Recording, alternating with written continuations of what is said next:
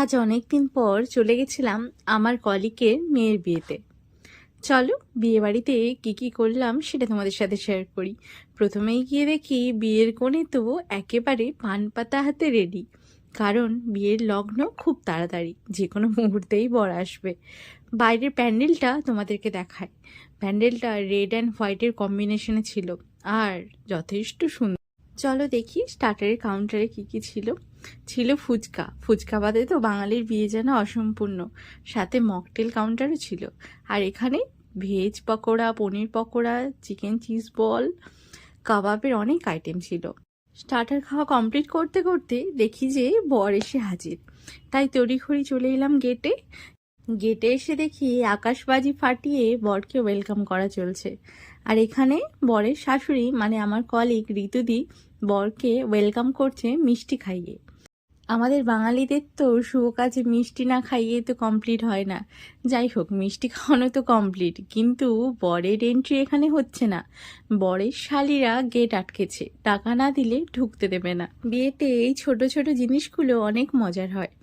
যাই হোক, এই জিনিসগুলো দেখে আমার নিজের বিয়ের কথা মনে পড়ে যাচ্ছিল। আমি জানি আমার সাথে তোমরা একমত হবে, যার বিয়ে সে কিন্তু এতটা আনন্দ করতে পারে না।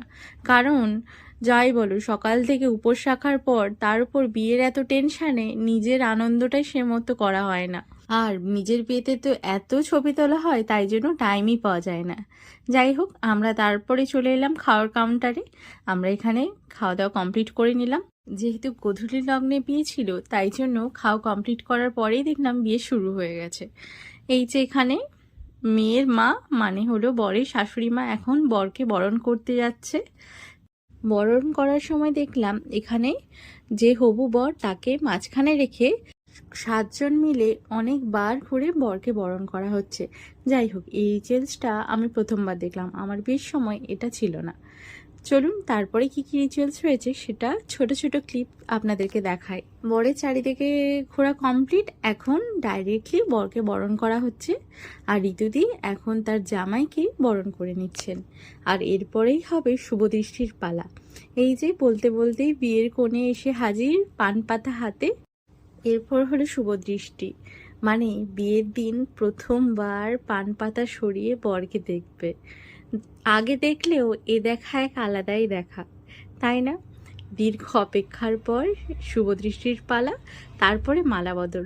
আর মালা বদলের সময় যা কাণ্ড হলো, যাতে কনের গলায় মালা না পরাতে পারে কনে পক্ষ বরপক্ষ কেউ হার মানবে না। এর এতটা দেখেই আমরা বাড়ির উদ্দেশ্যে রওনা হলাম, যেহেতু অনেকটা দূরে ফিরতে হবে।